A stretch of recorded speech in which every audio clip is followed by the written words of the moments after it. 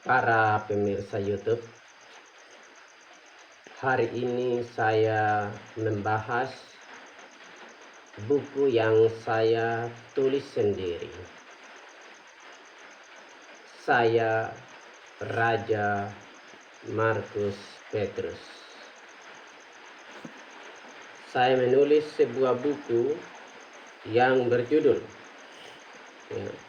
saya menulis sebuah buku yang berjudul Gereja Kristen Protestan Imam Markus Petrus, Raja Markus Petrus, dan Ratu Frida Inuhan. Buku yang saya tulis buku ini saya ciptakan sendiri, hasil karya saya melalui pemikiran saya bertahun-tahun, lalu saya tuangkan dalam buku ini. Buku ini terdiri dari 160 halaman. Ini halaman pertama, ya. Judul buku ini Gereja Kristen Protestan Imam Markus Petrus, Raja Markus Petrus, dan Ratu Frida Inuhan. Nah, ini halaman pertama, ini berisi judulnya. Jadi buku ini terdiri dari 4 ucapan dasar dan 12 tahap, sebab setiap ucapan dasar terdiri dari 3 tahap. Tahap pertama hingga tahap kedua isinya sama, hanya tahap ketiga isinya berbeda satu sama yang lain.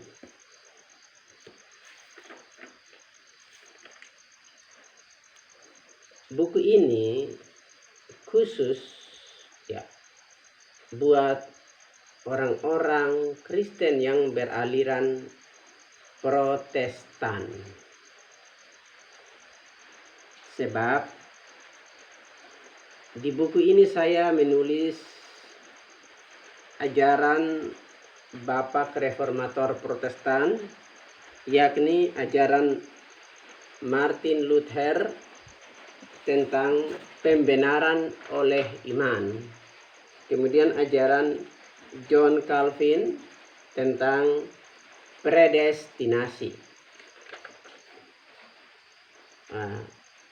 Di halaman ini saya menulis tentang Yahweh, ya. Ini Yahweh.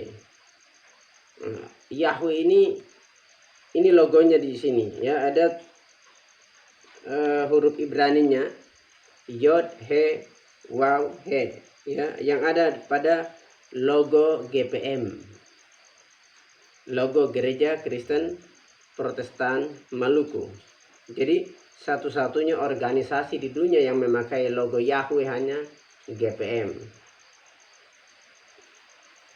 Nah, jadi di sini juga saya menulis tentang GPM, Gereja Protestan Maluku,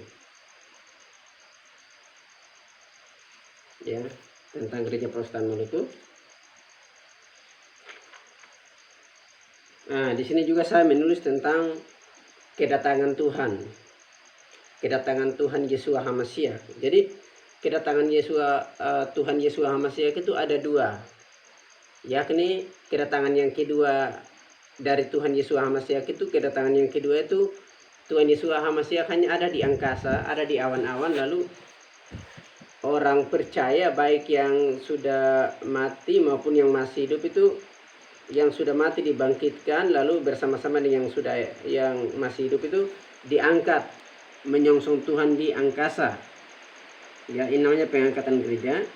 Lalu kedatangan Tuhan Yesus HaMashiach yang ketiga kali itu, Tuhan Yesus HaMashiach kakinya menginjak Bukit Zaitun di Israel. Jadi kedatangan yang kedua itu tidak injak bumi. Kedatangan yang ketiga ini menginjak bumi di Israel sana, menginjak bumi di Israel, yakni di Bukit Zaitun, ya. Terus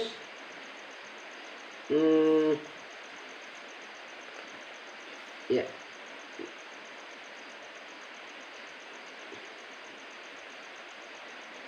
nah, jadi di buku ini dia mempersiapkan 2 hal, ya. mempersiapkan dua hal. Dua hal apa saja itu? Ya, itulah sebabnya saya menyuruh Anda silahkan fotokopi, ya. Silahkan fotokopi seluruh buku ini, ya. Isi dari seluruh buku ini. Silahkan para pemirsa yang tertarik, silahkan fotokopi.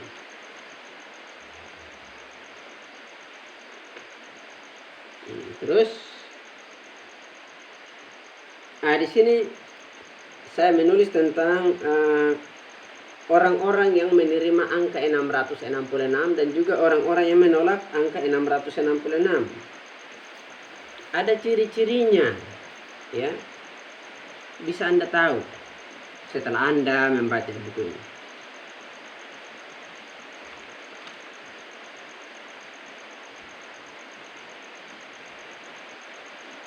Nah, di sini juga saya menulis tentang nama daripada binatang itu dan angkanya. Ya, dijumlahkan angkanya ini 666. Nama binatang itu namanya apa? Ya. Dan ini angkanya 666.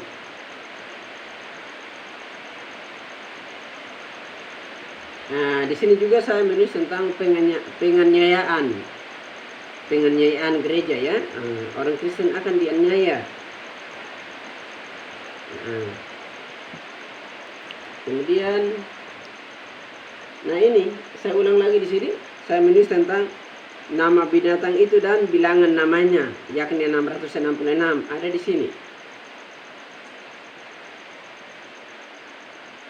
Beserta penjelasannya, penjelasan namanya.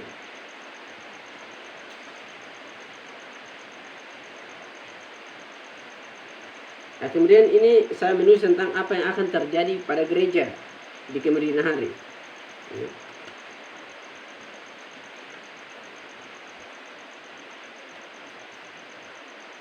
Nah, ini di sini saya mengulang lagi tentang angka 666.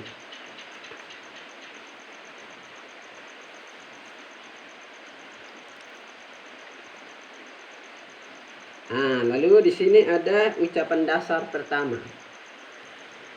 Ucapan dasar pertama. Nah, jadi ucapan dasar pertama ini ada punya sumber-sumber firman Tuhannya, ya. Jadi para pemirsa, bertahun-tahun saya memikirkan hal-hal seperti ini, kemudian saya tuangkan dalam tulisan dan akhirnya jadilah sebuah buku.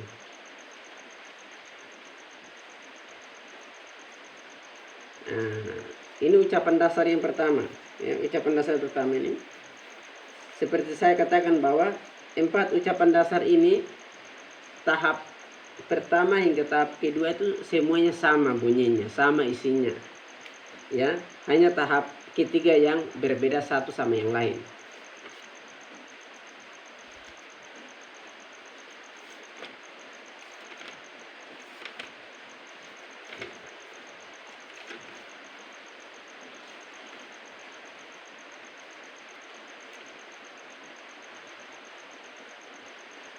Ya, ini tahap ketiga.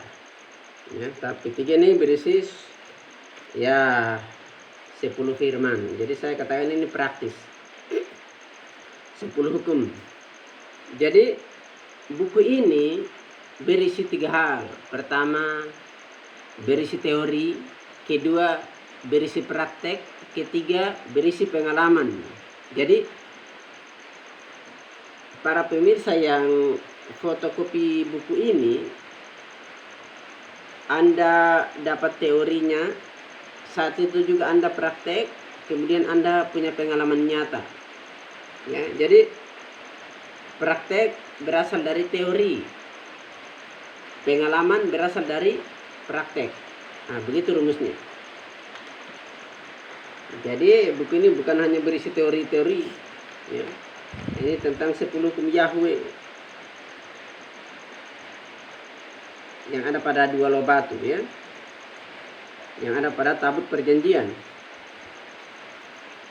termasuk hukum keempat.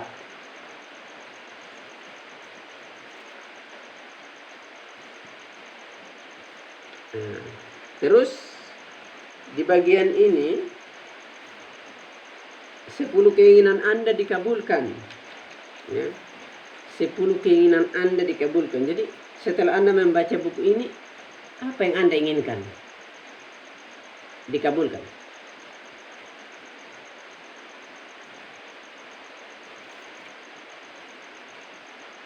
Ya, 10 keinginan Anda dikabulkan. Ya. Terus ini ucapan dasar kedua. Nah, ucapan dasar kedua, tahap pertama, seperti tadi saya katakan itu, semua ucapan dasar itu tahap pertama hingga tahap kedua itu sama, kecuali tahap ketiga, berbeda satu sama yang lain. Jadi tahap pertama dan tahap kedua itu pengulangan terus menerus.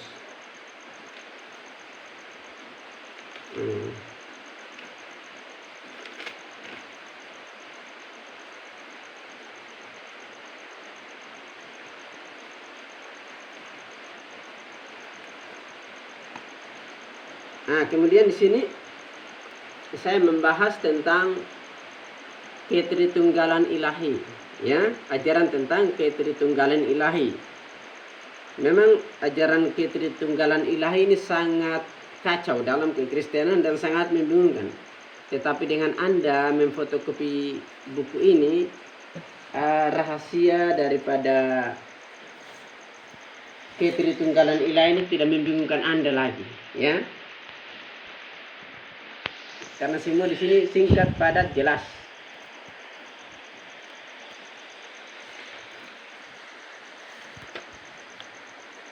Nah, kemudian masuk ke ucapan dasar ketiga.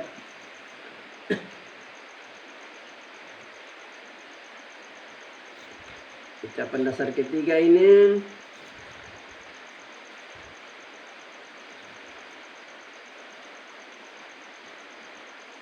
ya, ucapan dasar ketiga ini saya menulis tentang 4 jenis persembahan 1/10. Jadi selama ini Anda hanya tahu ada satu jenis, ya, persembahan 1/10 itu hanya satu. Kalau di sini saya menulis ada 4, ya, ada 4 persembahan 1/10. Jadi persembahan 1/10 pertama, persembahan 1/10 kedua, persembahan 1/10 ketiga, persembahan 1/10 keempat.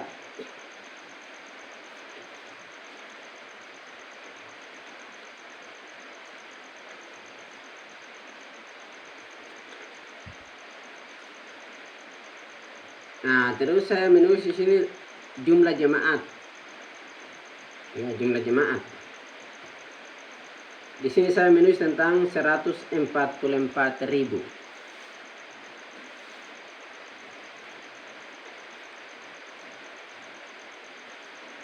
Nah, lalu di sini saya menulis ini angka 666 punya 3 nama.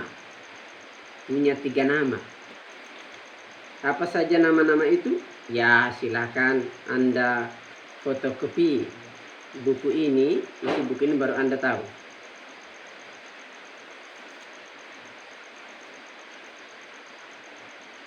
Nah, di sini juga saya menulis tentang orang-orang yang menerima angka 666, juga orang-orang yang menolak angka 666.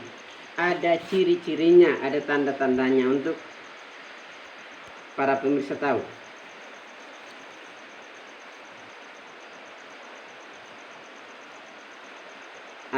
Kemudian di bagian ini saya menulis tentang nama Mesias palsu yang akan datang, namanya siapa, berasal dari mana.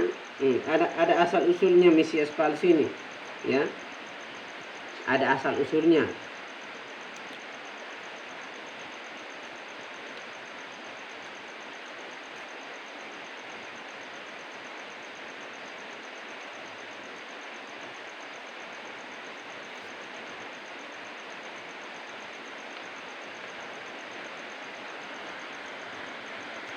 Kemudian saya menulis di sini tentang kebohongan dari ajaran yang mengatakan bahwa manusia bisa pindah dari surga ke neraka, manusia bisa pindah dari neraka ke surga. Itu tidak bisa. Orang yang sudah masuk neraka tidak bisa pindah ke surga. Orang yang sudah masuk surga tidak bisa pindah ke neraka. Jadi ada ajaran yang mengatakan bahwa setelah manusia meninggal dunia, kemudian dia dilahirkan kembali jadi kodok, jadi apa? Jadi hewan, jadi dewa, dan lain sebagainya. Itu salah. Karena setelah manusia meninggal dunia, itu langsung masuk ke dua tempat, surga atau neraka. Dan orang yang sudah masuk ke surga tidak bisa pindah ke neraka. Orang yang sudah masuk neraka tidak bisa pindah ke surga. Nah, dalam buku ini juga saya membahas tentang orang-orang yang berhubungan dengan roh-roh orang mati atau arwah itu, mereka tidak berhubungan dengan orang yang sudah meninggal dunia, tetapi mereka berhubungan dengan setan yang menyamar sebagai orang yang sudah meninggal dunia itu, yang menyamar sebagai kerabatnya, yang menyamar sebagai leluhurnya. Itu setan, itu bukan manusia ya. Nah, kemudian ini ucapan dasar yang keempat. Ucapan dasar keempat ini juga. Nah, jadi di sini saya ada membahas tentang ya, ada doa ya, ada doa, kemudian ada ya, di sini saya membahas tentang bahasa roh ya. Nah, ini langsung praktek ya. Ya, saya bahas tentang bahasa roh ya. Bahasa roh.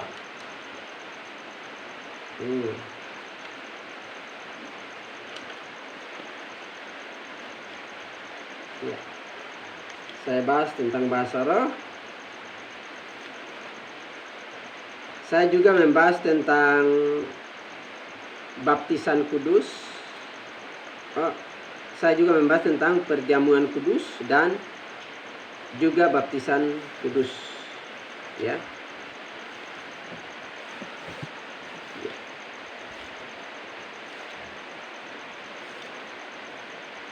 Nah, lalu di sini bacaan sakral.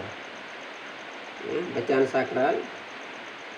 Di buku ini, membaca buku ini sambil menghadap ke arah barat. Ke arah barat. Jadi inilah buku yang saya tulis setelah saya melalui berbagai macam pemikiran-pemikiran, akhirnya saya menulis buku ini. Saya Raja Markus Petrus. Saya menulis buku ini, dan buku ini sangat rahasia, dan buku ini bisa menjawab semua pertanyaan Anda selama ini. Jadi silahkan Anda fotokopi buku yang sangat misterius ini, sangat rahasia ini, penuh misteri ini. Hanya orang-orang terpilih sajalah yang bisa membaca isi buku ini.